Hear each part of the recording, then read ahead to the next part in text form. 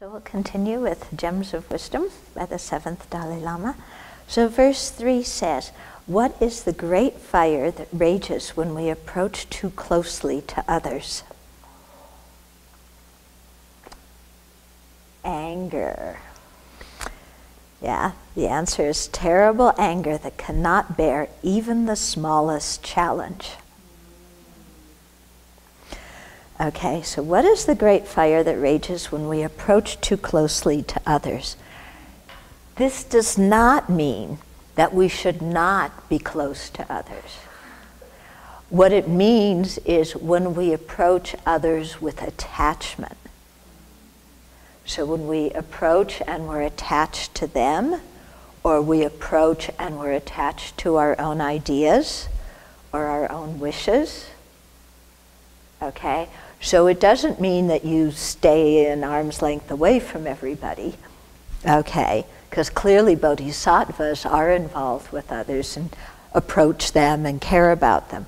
But when we approach other people and we get attached to them, or we're full of all of our own ideas, our own preferences, the way we think things should be done, what we want, you know, when we approach others and we have all of that swimming in the background of our mind, then what's going to happen when we're with others?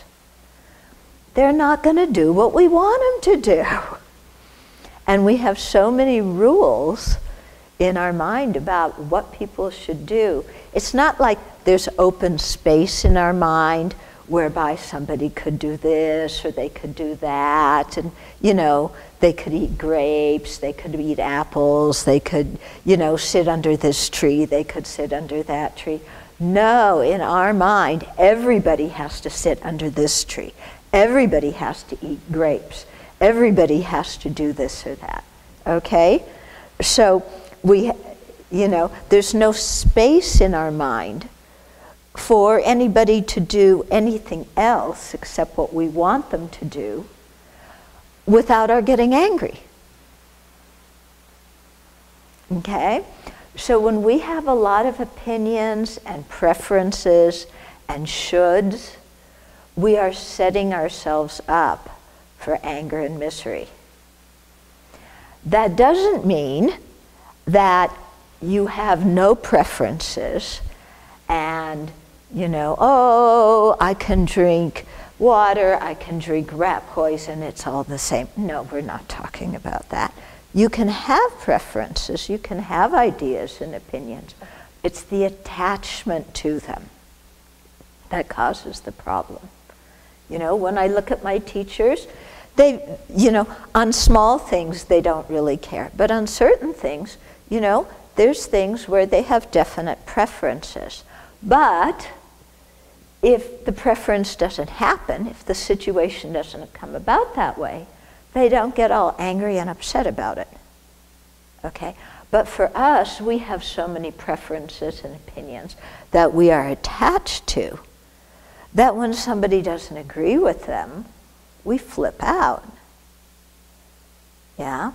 And so we have preferences and opinions about important things, but also so many of our daily life disputes with other people are actually about things that are not so important. Yeah. Why did you put paper clips in this container? Yeah. Don't you know that the salad goes there, it doesn't go here? Yeah. Why did you wash, you know, the towel with this load of laundry? You should have washed it with that. You know, things that, like, really? This is important? Yeah. But we get fixated on a lot of small things and then get upset. And even there's things that we consider are big important things that are actually not such big important things. But we get really upset when other people don't do what we want. Yeah? I want the logs cut like this. I don't want them cut like that. Or, you know, I want the pansies planted here. And, you know, what happened to the what are they called? The jumping jack Pansies, you know, we used to have them in last year, they're not in the garden this year. What's the story? Yeah, didn't you notice? Oh, you know, so there's, you know, there's a lot of stuff that's just plain small, and then there's a lot of stuff that could be more important, but again, we cannot bridge anybody not doing what we say or not doing what we want. And, you know, so is the problem that others are uncooperative? Is it the problem that others get on our case? Or is the problem that we have others' lives mapped out for them in detail? What they're supposed to do, what they're supposed to think, what they're supposed to say. And they aren't doing it. Yeah? So when we're miserable, when we're angry, instead of pointing the finger there, we have to look in here. You know, how am I setting myself up to be so angry? Yeah? Because I want this and I need this. Yeah. We can't differentiate between wants and needs. I need this. Really? Yeah? Okay. So terrible anger that cannot bear even the smallest challenge. And that's true, isn't it? When somebody challenges our thought of what we want to do, we can't bear it. We can't bear it. You know, because I have a plan and I'm going to do this. And what are you doing telling me not to do my plan? Because I have this reason and this reason and this reason and this reason and this reason. Right? You know, sometimes somebody even asks a question. You know, we take that as a challenge.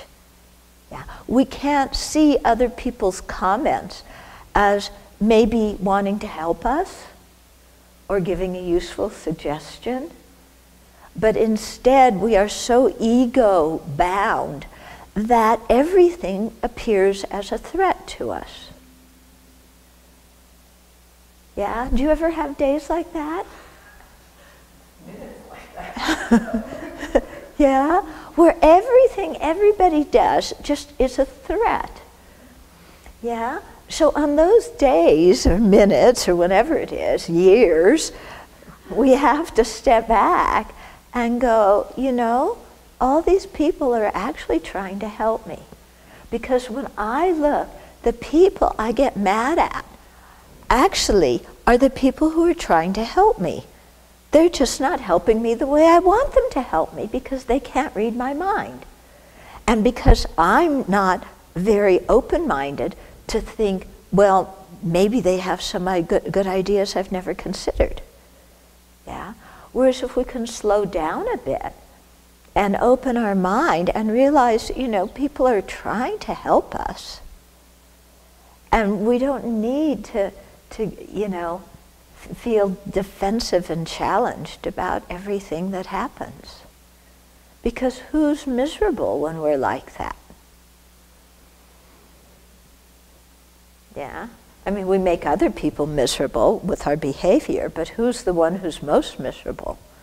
We are, aren't we? Yeah?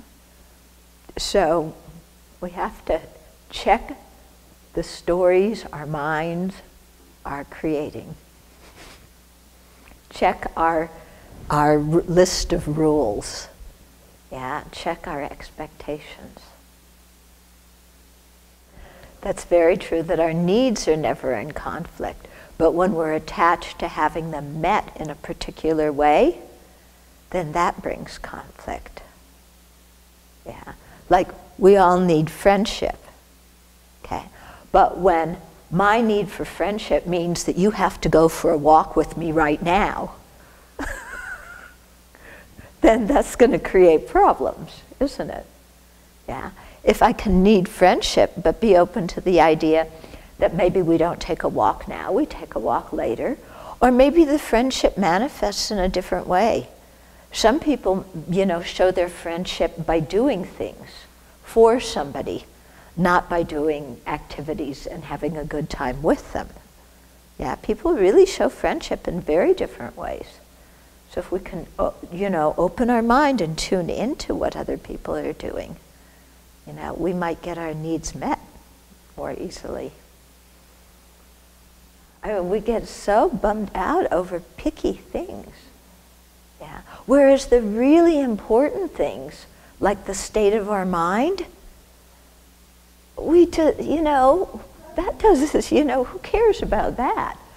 I'm more interested in how people put their glasses in the cupboard than over the state of their mind.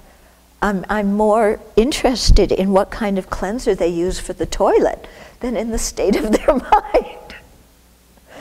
Yeah? And what about the state of my mind?